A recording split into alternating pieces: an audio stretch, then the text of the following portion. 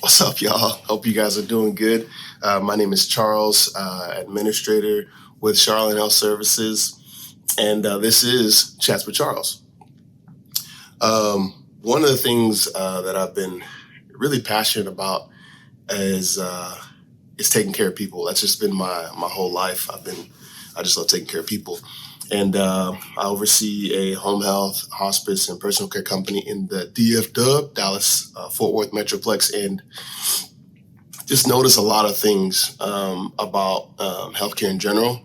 And this podcast is really meant to address nurses, really, and to kind of, Nurses Week is coming up, and to really kind of touch base on what's the issue that nurses are facing.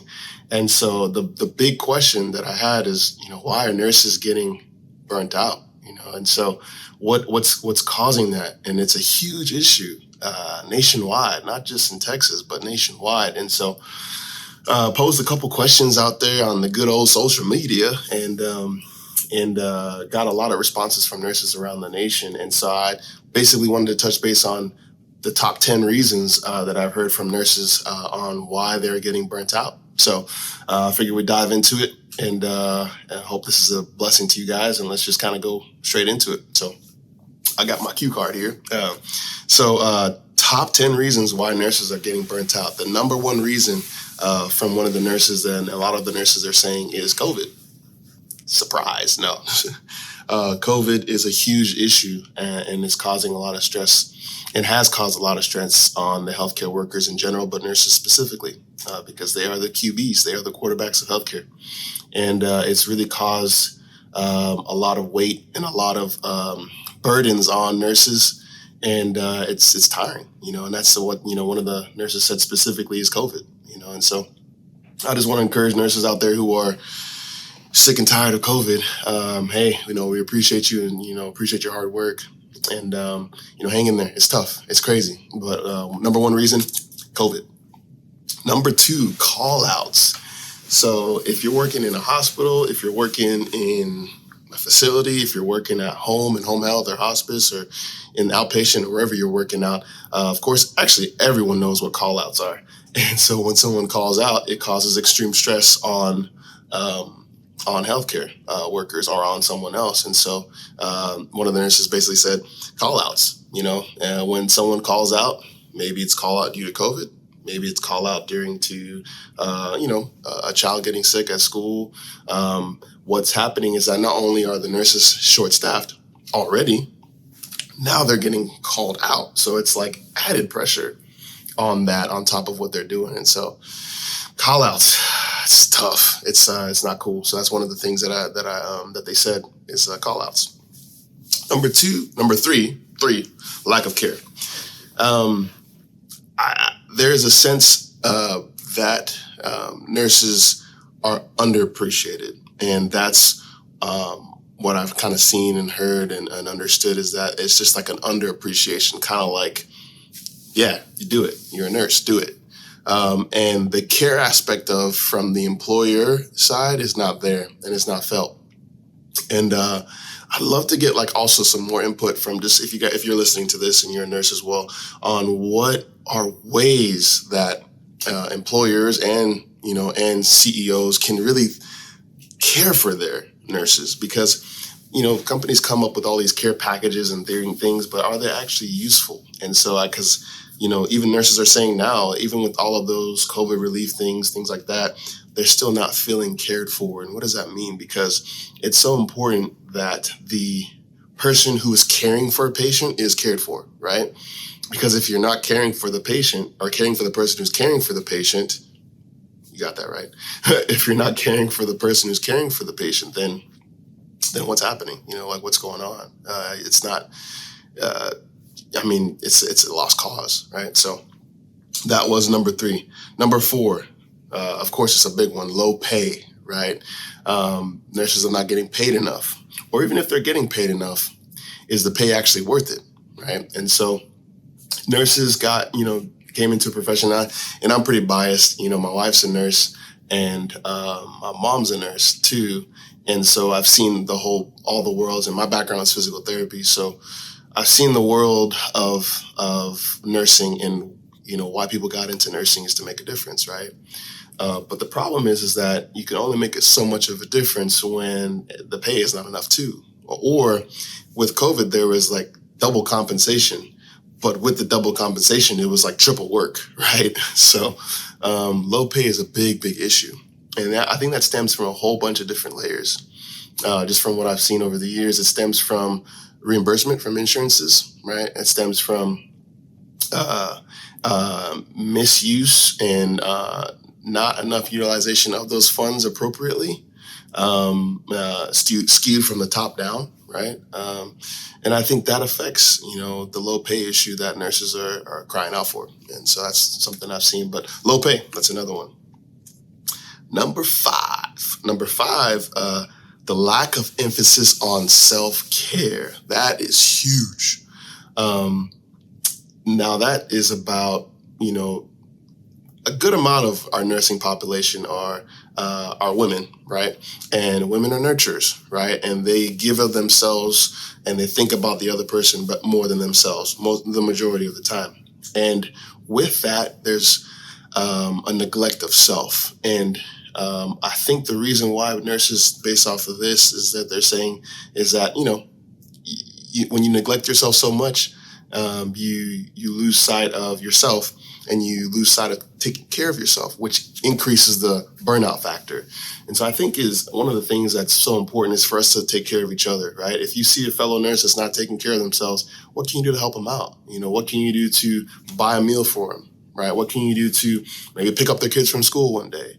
What can you do to give them a gift card to a spa day? Those things are so important.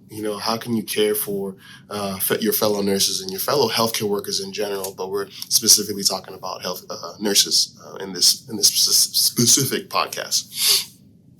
Number 6, they said vaccinations. So in Texas, there were a lot of, it's more political. It can get political, but I'm not here to talk about that. It's mostly, you either get vaccinated or you don't work, you're fired, right? Or if you are vaccinated, then you're good, but you got to get boosted, right? And so what that causes, it causes a disparity and a left side and the right side to say you're either vaccinated or you're not vaccinated and you don't work. And so that increased the burnout factor because then you have maybe half of the people who are going to work, and now the other half who are vaccinated, who are working, are stressed because they've got like 4 times work now. And it's ridiculous. And so that's increased the burnout factor tremendously, right? And so it's sad, but it's the truth, And so vaccinations was another one that one nurse said.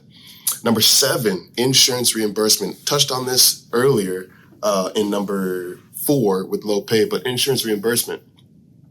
Yeah, insurance is not paying enough. You've got different Medicare plans. You've got Medicare Advantage plans. You've got regular insurance plans. And unfortunately, they're not reimbursing enough. Or if they're reimbursing, they're denying a lot. And so what happens with that is that the brunt of the patient care, the nurse is going to see the patient and maybe they don't have enough equipment. They don't have enough visits. They don't have enough supplies. And now the frustration is on the nurse to help educate the patient about what their insurance plan is. And they're not versed in insurance. It's jargon that's crazy, right? And so that's an increased burnout because now they're trying to explain to the patient why you don't get this service or you're not able to have this service.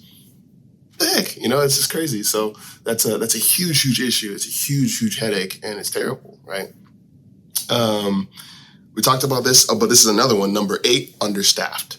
Understaffed is the billboard of healthcare right now, post-COVID, right? And that ties into number 9, which was PTSD from COVID. So we're going to talk about those two. PTSD from COVID, this is exactly what it sounds like. It's the panic, the fear, the stress, the heightened, it's hard for people who are not in healthcare to picture how much stress nurses went through during the pandemic. It's crazy. And now, as it's slowly starting to come down a little bit, not too much, but as it is, it's still out there and it's still crazy and there's still a PTSD from it, right? Even stepping into the hospital, imagine a nurse in New York that was in the ICU. And some people are just like, I'm jumping ship because I can't deal with this anymore. I got to take care of myself, right? Nurses have to. And so the PTSD and the understaff from COVID is huge. Number 10, last one, number 10 is lack of supplies. And that all deals into insurance as well and not having enough equipment. There was a huge issue with PPE when we first started in the pandemic in 2020, and nobody could get PPE. Nobody could get masks. Nobody could get gloves. Nobody could get face shields. Nobody could get anything because there wasn't enough for it. And the demand was so high, right? And hospitals didn't have enough. And so that was a huge issue. And that caused a lot of headaches for nurses to try to troubleshoot and triage with patients and figure out ways to calm them, right?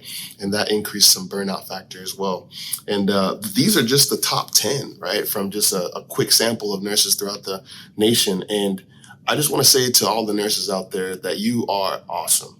Like I said, I'm biased because my wife's a nurse and my mom's a nurse. And I got a lot of nurses that are friends and I oversee a lot of nurses. But you guys are awesome. And I just want to say you are appreciated and your hard work, there's no dollar that can be put on it. There's no amount of kudos that can be patted on your back because you really do this because you love it.